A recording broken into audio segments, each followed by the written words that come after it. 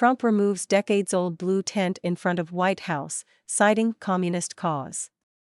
Law enforcement officials on September 7 removed a blue tent outside the White House under the order of President Donald Trump, who alleged that the tent was linked to the communist cause. The blue tent marks a 44-year-long protest against nuclear weaponry, started by activist William Thomas in 1981 on Lafayette Square. It plays some different national anthems, including very often the Chinese anthem. "We got it down very quickly. It's down," Trump said in a speech at the Museum of the Bible, adding that the removal wasn't easy and that people chained themselves to a tree. All the tents, somehow these people were very well connected with the communist cause. The dismantling of the tent comes amid the administration's initiative to purge the capital of homeless encampments and fight crime. Federal forces have made over 2,000 arrests since taking over the D.C. policing last month in the effort to clean up the district, FBI Director Kash Patel said on September 8.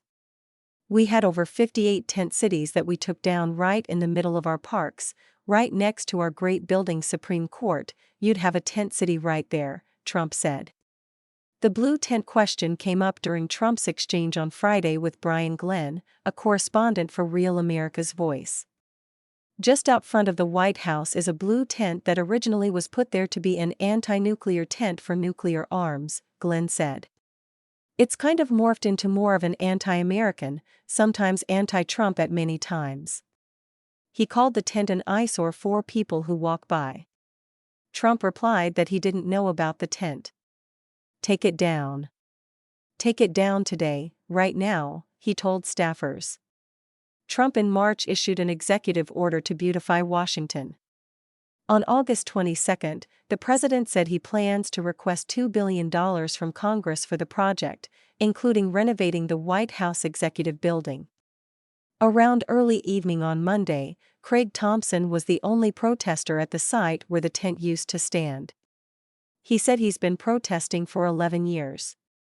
"I believe in socialist capitalism myself," he told the Epoch Times sister outlet NTD. "We're all free to have our own opinions here." Officers came around 6:30 a.m. on Sunday while one man was manning the site, Thompson said. "They took everything, including all the armature and the cement bricks." The man was a new protester who described himself as standing against fascism, Thompson said. He had started his first shift 2 days prior to the takedown and was briefly handcuffed.